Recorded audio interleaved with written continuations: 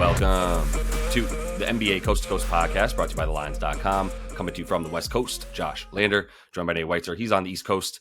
And we've got 5 games in the NBA on Thursday here. Some best bets with some sides and totals looks for you in this one. Also have player props up in the other episodes, so make sure you are subscribed to that channel and continue to follow along all season with us. Also want you to head into the description of the video. We've got a link to the email newsletter there. Make sure you're signed up so you're not missing any of the action you need here in the sports betting world. We're bringing that news to you each and every Friday now. And we've also got our bonus parlay from Nate and myself. Definitely want to make sure you check out those plus money hitters as we keep going on in this NBA about to beat postseason. Let's go ahead and jump right into your first NBA best bet here for Thursday, Nate. Memphis, Minnesota. I'm going under 232. New coach Thomas Izalo, who we did not try to pronounce his name 2 days ago because we just weren't quite sure, but that is his name. 10 years in Europe. Definitely a good coach on the defensive end. Was kind of hired for offense, but what we've seen is a defensive shift and a slower shift from the Memphis Grizzlies in 6 games under him. I mean, 100 pace is kind of slow for them, right? I mean, 111 defensive rating is good, definitely compared to what it was under Taylor Jenkins. And their first 3 games came against like prolific offensive teams in the Lakers, Celtics, and Warriors. Last 3, they've actually been number 2 defensive rating, played much slower, pretty much. I mean, in all 6, they've been number 1 limiting paint points, with ED playing a lot more with a drop defense. And so I think that's a good call here against the Wolves to just play drop D. We just saw the Wolves flummoxed by the Bucks, who mixed in some zone along with their drop D. They're just not a good shooting team. Chris Finch is still, trying to figure out how to use Dante DiVincenzo as his good shooting piece, and he's just not doing it appropriately.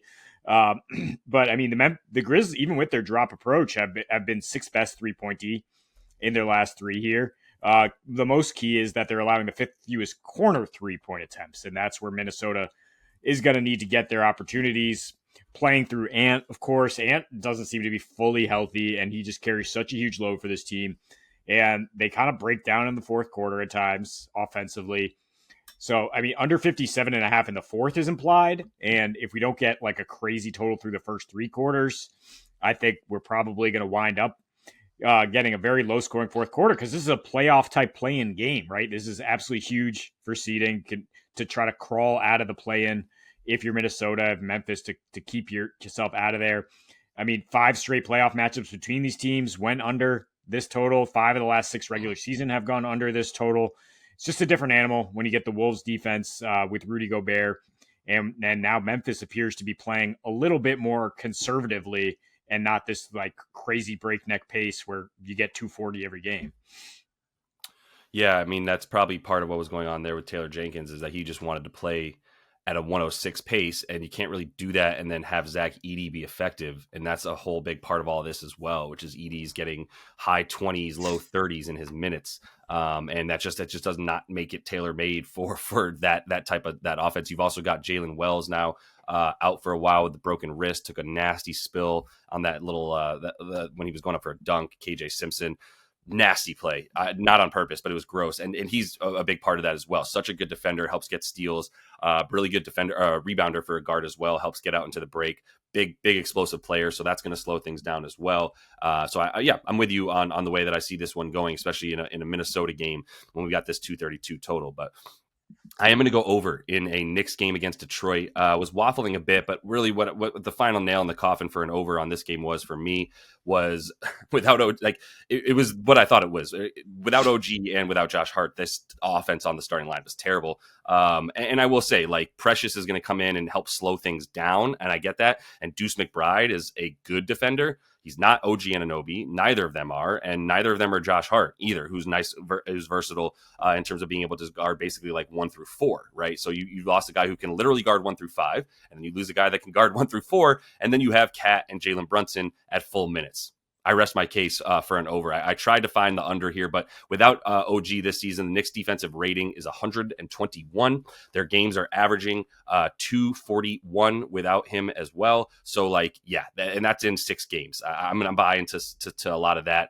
And then similar stuff without Josh Hart. And if you actually look at him off court this season, you just take him off court, which he has not been off court very much when he actually plays. But in those games as well, you take him off, and that defensive rating for the Knicks is 118.5. 1.5, where it's at about 114 when both those guys, 113 even when both those guys are on the floor, and has been getting better. But I don't think that they're going to maintain this like pace of defense that they had, because they were also missing Jalen Brunson, right? And so when they were missing him, offense was not as good, but defense was actually a little bit better when you have better defenders that are up top, limiting stuff above the break. So that's a big part of all this. The pace has remained really slow for this team, no matter who is out there. They are 26th in pace, period, end of story. And for Detroit, they probably will keep it. They've been a decently fast team. They've been up at 10th in terms of their pace, but in their last 10 games, the offense has come back down to earth a bunch, 16th, and Cade has missed a good amount of those games, I will say, but he also doesn't have too much to play for. Like, you definitely want him to get back into the flow, so I do see Cade playing about 28 to 30,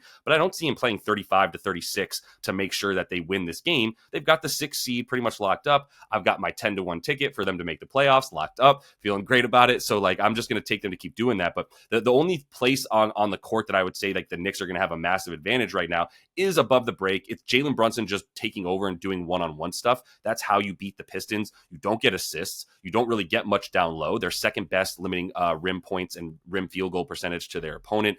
So the Knicks are going to have to be taking a lot of those shots. And a lot of those shots are also predicated on Josh Hart drive and kick. OG Anunoby, same concept, or at least the fact that he's out there on the spot up as one of their better shooters. Now it's going to, if Landry Shamet's hitting threes, all right, I'll take if he's not hitting threes, I should say, then I would just take the L and go, all right, I guess we're not going to get anybody making shots. But like, yeah, man, the D rating is just not going to be there for the Knicks in this one. So I like the offense to take over.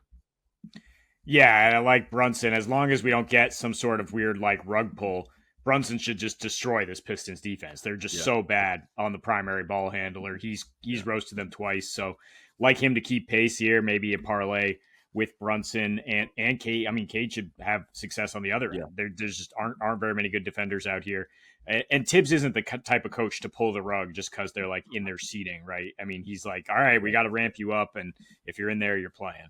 So I'm taking the points here with the Nets plus 13.5 at home against the Hawks. I mean, I know they don't have as many guys as you'd like here, the Nets, but they've been doing this all season. I mean, just a little bit of a lull lately, but still, pretty good. 7-3 ATS, their last 10 is double-digit dogs. And they actually have covered this. It's not very relevant, but covered or won against the Hawks 13 straight against this number. Relevant is this season. They're 1-1 straight up, +2 net. And the last matchup, only Cam Johnson was basically in there compared to the guys they're not going to have here tonight. I mean, similar lineups. D'Lo's out, which, could be spun as a positive overall, especially if you're just trying to muck it up and keep the game close. They're 3-3 straight up. The last 6 without D'Lo, covered this number at 5-6. And Trey gets his numbers against this Jordy defense, but the rest of the team does not really get off. At least in these two matchups, they're 30% from three. Their 1.7 assist to turnover ratio is pretty bad. Brooklyn's still the number 1 3-point defense in their last 12. That is since they beat Atlanta. They're the number 7 defensive rebounding team. And pick and roll defense is a big reason why nobody else is getting off. I mean, they're number 2 forcing turnovers and number 3 in points per possession allowed when you go to the pick and roll. And that's what the Hawks are completely centric on. It's just like, it is a bit of who are the Hawks to be guaranteed to cover 14 on the road here. They're 34% cover rate as a favorite. They're 33% as a road favorite. They're 6-12 against the spread with a rest disadvantage, and they're coming off a physical game at Orlando. This is the front end of a back-to-back, and then they play Orlando again with potential play-in implications there. So this is going to be like a just get out of here with the win type thing, it would seem. And the Nets are just like, they are who we've known they are the last all season. It's not like this is a recent tank and pulling the rug again, to use that expression. They just go out there and they fight with the guys that they have. So I think they can cover this. Yeah, no reason to. I mean, to me, I have speculation. I have not followed the backups for Brooklyn at all, but I do know that the Hawks are solidified. Like they didn't do it in their matchup against Orlando. Then Orlando beats the Celtics because they don't play anybody, so they're just locked in and they're good to go. They're not going to get caught by Chicago. But they have nothing to really try for too much, as you said. And Nets guys, we're just going to see some guys that are playing for their NBA careers at this point. So. Let me go to that Cleveland Indy game. Interesting one there, but I'm going to take an under at 233.5 because we're just not going to have anybody. The starters outside of Jared Allen are not playing for this Cavs team, and then Jared Allen's probably not playing more than 20 minutes at the max. He's only really even out there because he wants to play 82 games, so he's just going to make sure he gets his minutes required to play the 82, and then he's going to sit. Even if you have him at 20 minutes, though, for those of you looking to sneakily go under, it's already baked into his number. He's at 17.5 PRA, and he's actually gotten that in 3 games this season where he's failed to play more than 20 minutes. So I don't know that I necessarily want to just be going under for him. But I will say in this matchup, if you don't have those guys, you look at the numbers this season, there's not much data without any of those guys on the floor in terms of Strus and everybody, mostly because LeVert is not there anymore, right? It's DeAndre Hunter out there, and neither is George Niang. So neither of those guys are out there, and they played a lot of those backup minutes that we're not going to see from them in this one. It's going to be a lot of Dean Wade and a lot of DeAndre Hunter, I'm sure, and then a lot of Ty Jerome, Sam Merrill. So there are definitely some offensive-minded players in there, but I don't trust that unit to go up against a Pacers defense that has been at least better on defense after a little rough go there for the first 2-3 months of the season. They're 5th best in defense in their last 10. They're 5th best in defense in their last 15 as well. And while the pace has gone back up for this team for sure, I can also see them maybe spot sitting some guys here and definitely getting a few of the backups in there. So if we're going to see a little bit more like Thomas Bryant, right, then I'm going to feel a little bit better about the game slowing down at least a little bit with no Hallie out there, especially TJ McConnell. I still have him projected for his normal 18 minutes. He's not the guy that comes in and gets the minutes in a blowout or in a backup situation, right? He's still just getting 18 minutes regardless of context. And he does push the pace up, but that's why I bring that up is the backup point guard for them does keep the pace high, but he's not going to be out there for that many minutes. We're going to start seeing, I imagine, Johnny Furphy's and guys of that caliber coming out. Some Jarris Walker is going to be out there, I would imagine, for about 25 minutes. So another great defensive player for Indy. But on the Cleveland side, it really just when you take those guys off the court, if you do look at the numbers that you have with the guys that are left that are going to be out there, even an Isaac Okoro who should be out there, the pace goes down to 95.5 when the backups come out on the floor, Nate. It's insane. Now, look, it's a smaller sample size. I can't just say that's going to extrapolate out to a 48-minute basketball game when these guys are getting, 12 to 20 minutes on the floor together. That's when they're playing at a slow pace. But even if you extrapolate it out and give them a bump up to 97, you give them 2 more possessions per 100, 97 still a bottom 5, bottom 10 pace in the league and always will be. So I think that's a big part of this is not necessarily that these are defensive-minded players coming in for the Cavs, but they're slow players. They're not guys that are going to get it out on the break and just go, especially now that Caris LeVert is not around to do that for them, as he was the guy doing that for the Cavs originally. So like this game to go under on a pretty high total here in a game that really doesn't matter at all. Yeah, I mean, if Mobley was out and the guards were in, I would say you're crazy because that's the Cavs have played this kind of crazy helter-skelter thing, but they won't have the guards. They won't have Strus. Craig Porter Jr., who's a guy to look at for props, is missed the last game with an illness, so we don't even know if he's good to go and take the reins here. Yeah, it's a pretty skeleton crew here for Cleveland, and it makes sense that Indy's favored, but when you look at their over-under trends, they flip completely from dogs to favorites. When they're favored, they go under 56% versus a consistent over as underdogs. So I like where your head's at with that one, yeah. Then. Yeah, that makes sense. That makes entirely a lot of sense for them. So that's all the time we have for you, though, in Best Bets. Go ahead and make sure to subscribe to that channel so you don't miss the player props we have up for you in a separate episode. And until we see you next, happy betting.